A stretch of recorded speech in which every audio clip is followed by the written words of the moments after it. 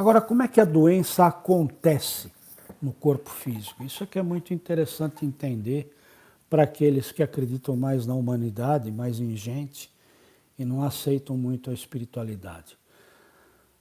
Quando a gente teve uma consciência inconsciente, né, porque foi má informação, do catolicismo, que ele foi criado no ano de 325, quando foi fundada a Igreja Católica Apostólica Romana, eles disseram assim, olha, existe alma e corpo físico, mais nada. E a gente veio acreditando nisso um tempão. Aí chegou Kardec e teve a coragem, e ele não era cristão, ele não era estudioso, não era religioso. Ele disse assim, não, existe a alma, existe o corpo físico e existe o perispírito. Que ele configurou então uma terceira opção dentro do que se conhecia.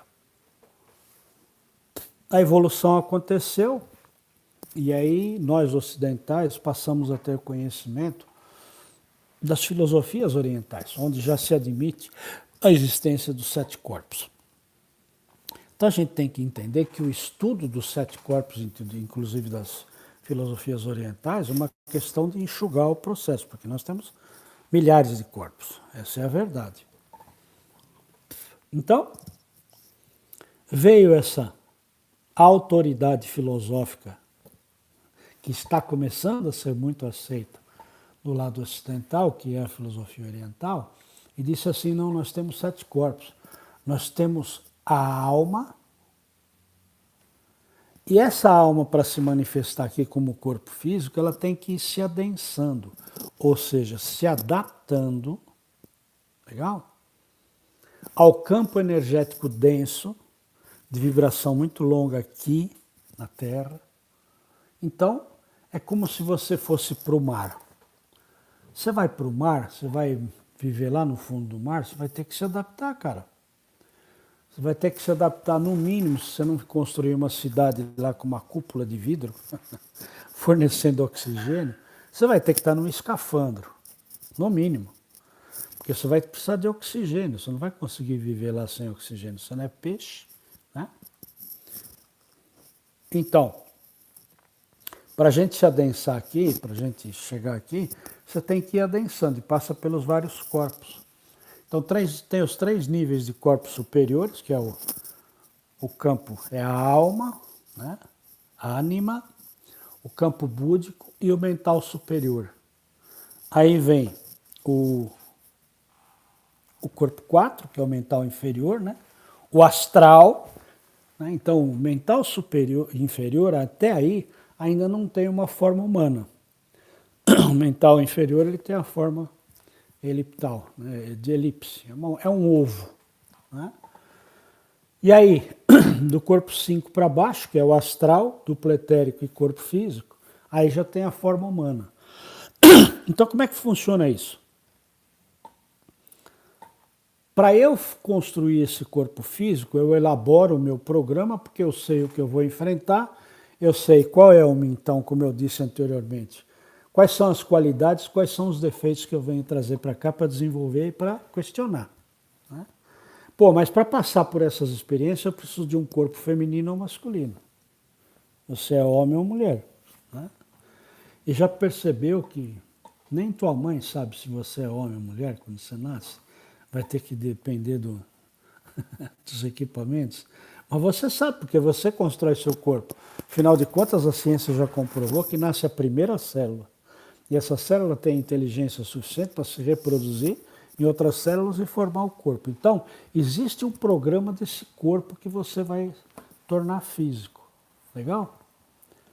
Então, nesse corpo, que é o corpo astral, que é aquele que é o seu projeto de vida, é como construir uma casa.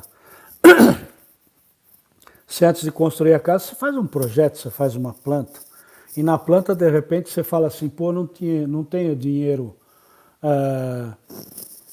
para construir um jardim de inverno agora, mas está lá na planta.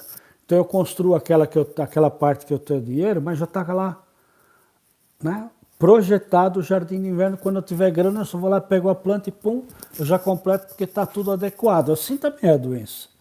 Eu já pronto todo o meu corpo físico para receber aquela doença em tal movimento. Mas eu necessariamente tenho que ficar doente? Não. Por isso que na casa espírita se diz que você vem pelo amor ou pela dor, né?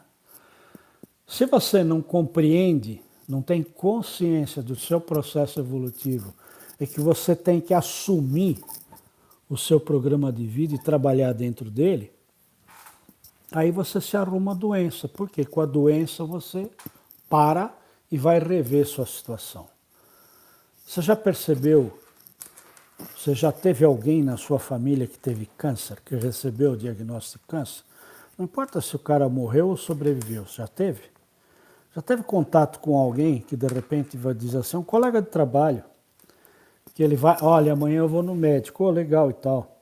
Aí chega na porta do médico, ele entra, é o cara que, seu amigo. E aí quando ele sai, que ele escutou do médico a palavra, você tem um câncer, ele é outro cara. Se ele for para o escritório, para o trabalho no dia seguinte, se ele for, né, você já vai perceber que é outra pessoa.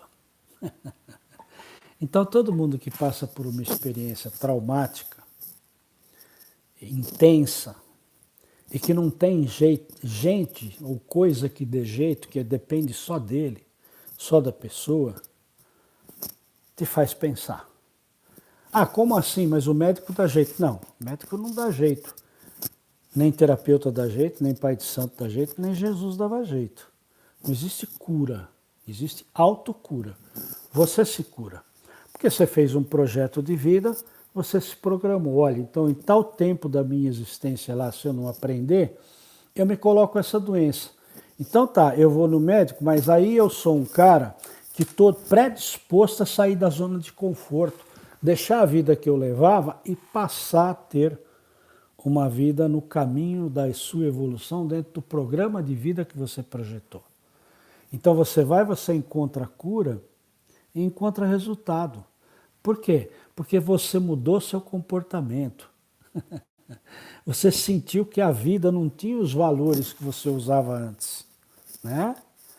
Você interpretava, por exemplo, que você tinha que ser grana, tinha que ter poder. Com muita grana eu faço muita coisa. De repente você volta e grana é a coisa menos importante para você, porque o mais importante é a vida.